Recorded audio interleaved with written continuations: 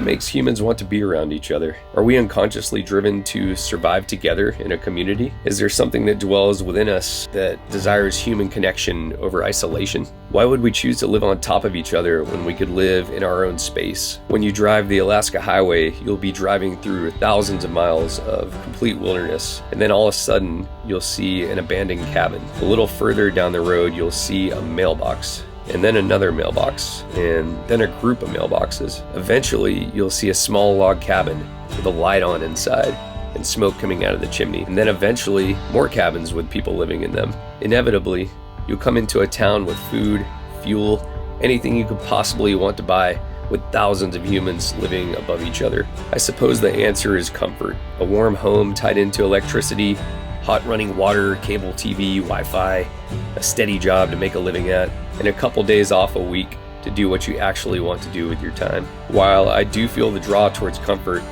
the draw towards isolation is tugging at my chains just as hard, and the desire to seek the unknown and to get lost in the wilderness and to explore the unexplored, that's truly what drives me.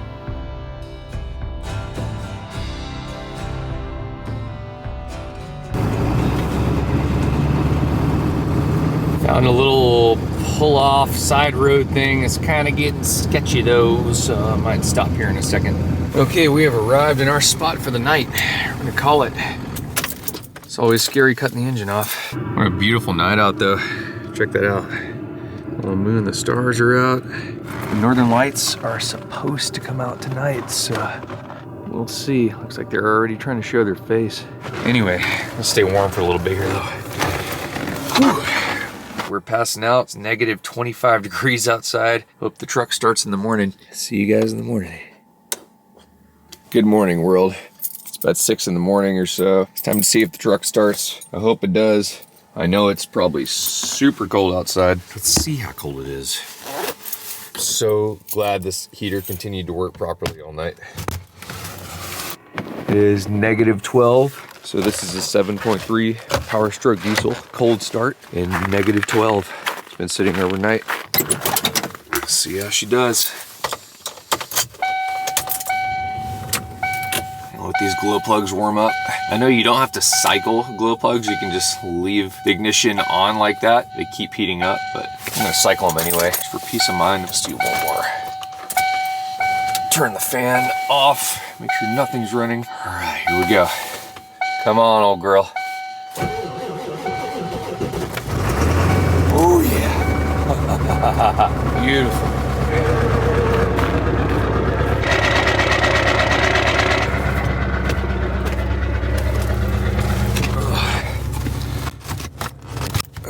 Oh, I'm gonna get the coffee going, eat some cereal, hit the road.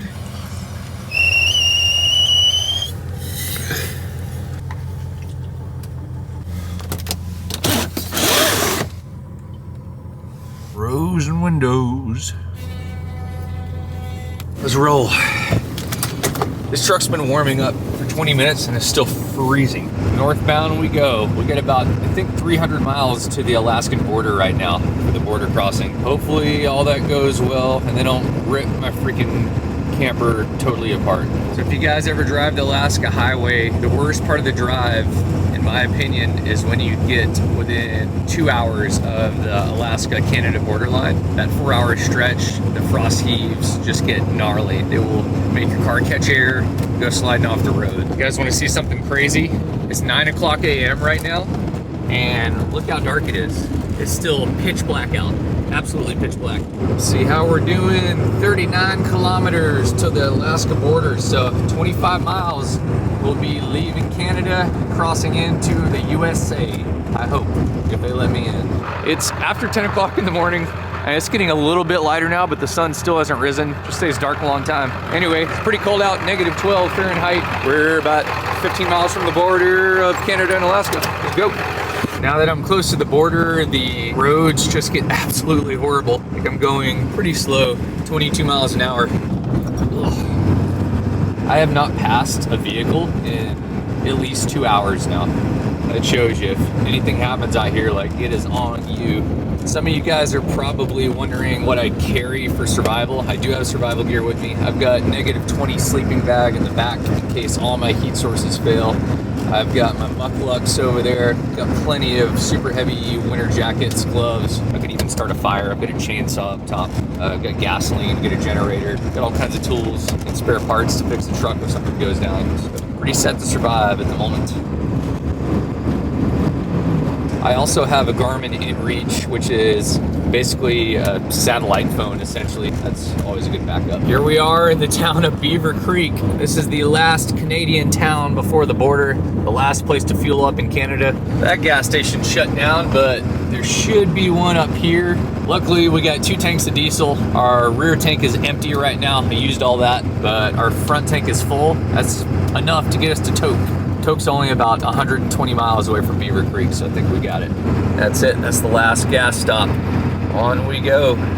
Here is the Canadian border crossing right here, and we're leaving Canada right now, so we don't have to check in here or whatever. US Customs is still about 18 miles away or so. This is where I got denied back in 2020 when COVID was going on. That's why I got denied. Wasn't allowed entry or anything, so I had to turn around here. Really expensive long drive for nothing. Onward to the US border in Alaska. A couple ptarmigan out here in the road. It's picking on the gravel. It's amazing those guys can even survive in this.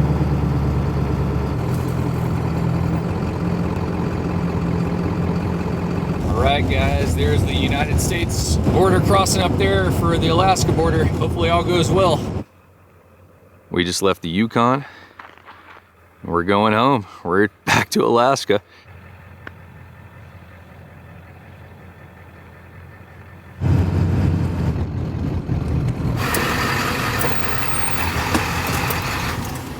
How's it going? Hey, morning. How many with you? Just myself. Where are you coming from? Just down in the Utah area. Do you have anything on board from Canada? I do not. I've got my bear spray on there is the only thing I've got as far as that goes. Everything's US goods. Yes it is. Yes. Firearm. No sir. Have a good day. All right, 2.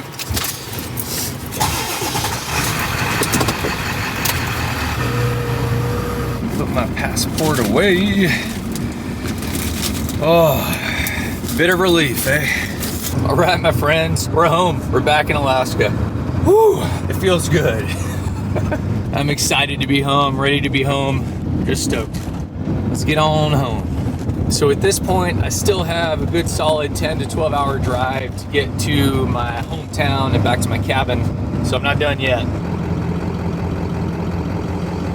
We have made it to Tok and Fast Eddie's restaurant. Might swing in here really quick. It's almost hard to believe gas is only $5 a gallon. I have not seen prices that cheap and I can't even tell you how long. Let's go get it. I was just paying 10 bucks a gallon.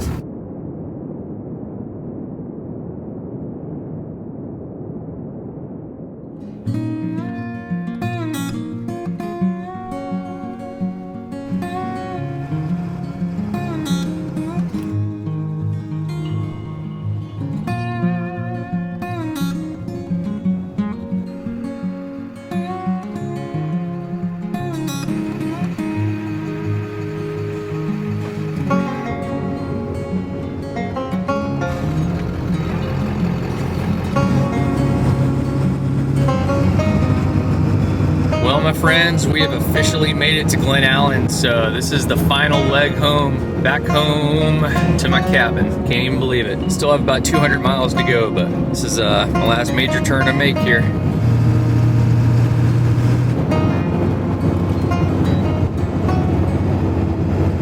All right, made it to Eureka. We're coming up to our camping spot up here. They get so much snow up here in the pass that they use those markers to help find the road so the plow truck can come through. Right, here's our pullout. We camp up here a pretty good bit whenever we come snow machining up here. Out towards Nelchina Glacier, it's some pretty epic snow machining out that way. We made it. This is camp for the night. At this point, we're about, I'd say 3.5 hours from my cabin down in a little ski town. So we're almost home, but we're actually home anyway. How about that? Awesome snow machining around here. I cannot wait to get the snow machines out and start getting after it. So Anyway, let me go in here and warm up. It's cold out. Last night of the road trip in the house. I've been gone for just about 15,000 miles. I'm down to the simple stuff now, which is gonna be delicious. Pork and beans it is. Don't mind if I do it all. This is gonna look really appetizing. I'd heard from someone one time that dog food is actually higher quality than most human food in cans. Bon appetit. Let's eat. Just got a little bit of video editing to do, and I'm gonna pass out. What's up, guys? I haven't seen you guys in forever. I know it's freezing. Hang in there. We're going home, dudes. I know. So I'm a parakeet dude. I used to have a parakeet a long time ago named Little Bro, and I had him for 8 years. He drove the Alaska Highway with me multiple times, went on all kinds of crazy hiking adventures outside, and he would just sit on my shoulder. And he used to live in my rearview mirror. I hung like a coat hanger, and he would just chill in that hanger whenever we drove. But we're gonna leave these guys in the cage because they'll totally die if they go outside right now. It's super cold out. Anyway, we're going home, guys. The awesome folks at that duplex back there watched after the tweets while I've been on this road trip. Very thankful, really awesome. They took really good care of them, and they seem really happy. So they're about to be really happy because they're gonna be flying all around the cabin, doing whatever they want. It's a bright day out. Couldn't have asked for a better day to return home here. It's a beautiful place, huh? This is why I call this place home.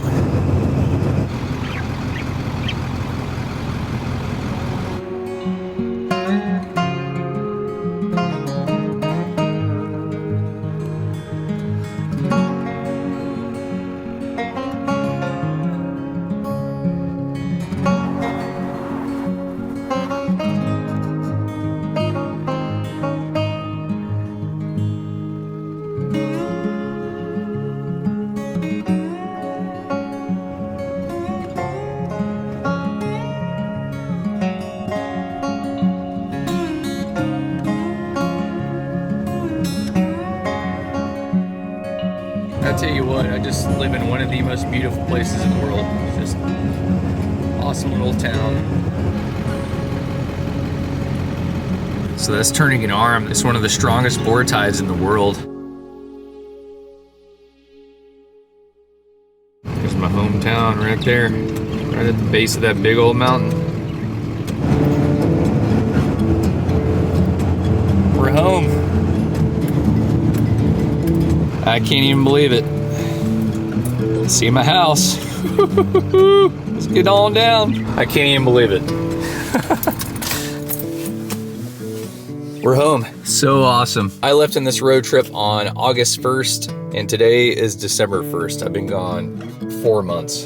It's insane. It's just been an absolutely incredible journey, and it feels good to be home though. For those of you guys that have subscribed recently to the channel during my road trip, and you think that it's all over now because the road trip's over, that's the furthest thing from the truth. We're just getting started with the adventures, so.